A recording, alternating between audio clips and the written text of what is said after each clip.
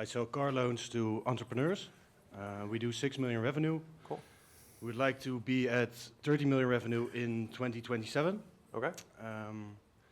What's stopping me is that the CPA is getting higher and higher.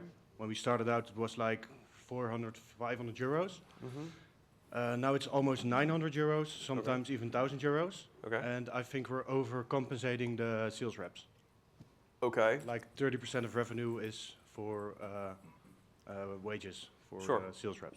What's LTV to CAC? So what do you make on a loan? Like 2.5. So you make $2,500, and it was costing you 600. Now it's costing you 900 for the same deal. Is that correct? Yeah. Okay. Something like that. Okay. I actually just wrote an email about this today, which will go out in like 6 weeks. Fundamentally, if ad costs are going up, and so you feel like there's some sort of ceiling, like you want to spend more, but you can't spend more because the cost goes up, there's basically one of 3 potential problems for solutions. So problem number 1 is that the LTV needs to get fixed, and this is just a fact of life as you go to colder and colder audiences. You get out of your kind of honeymoon phase of the easiest targeting, which is the absolute highest interest, most, you know what I'm saying, that. Very small amount of people who are perfect fits, and then it just continues to go wider and broader, right? And so the way to fix that is that we have to increase LTV so that you can spend more. The second reason that this would be limited is based on the quality of the creative. And so I think a month ago we had, you guys seen the Old Spice ad? The guy, his famous ad. So the guy who made the ad actually came here. Kind of cool. We got to chit chat about that. But what's interesting about that ad is that ad was so good that they could show it to everyone. And they went from like 20% of the market to 70 with one ad campaign. And so to me, that is like the perfect example of what like complete S-tier creative, like the maxed out creative of just amazing advertising is. And so a lot of businesses will get stuck at $1,000 a day, for example, and say like, I think we've capped our market. When in reality, you've capped your creative. And so in order to break through that, the quality of the creative needs to go up, and the volume also needs to go up by consequence. And so in the companies that we spend like 100,000 a day in terms of our ad spend, we create 50, 100 pieces a week that are going out in terms of ads. And then we do that at first, and then we follow kind of Google's 70, 20, 10 kind of rule, which is 70% of the creative that goes on from that point going forward is the highest performing hooks from historic. 20% is kind of adjacent to that. So just kind of like remixes, remakes, slightly different versions of the originals. And then 10% is the wild ideas that you've been saving. But since it's only 10%, you're going to only pick the ones that you're like, I think this one's going to work. Because you have 20 crazy ideas because you're an entrepreneur and you think that'll be awesome. But you just got to pick the 1 or 2.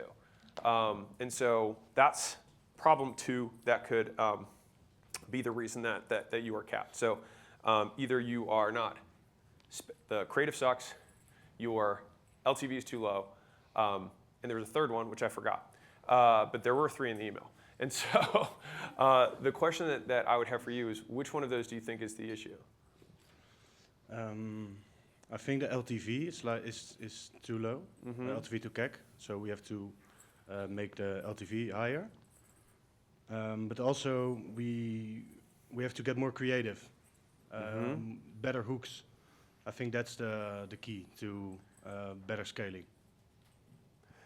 The back end becomes the arms race of every business that spends money to acquire customers, which is many businesses.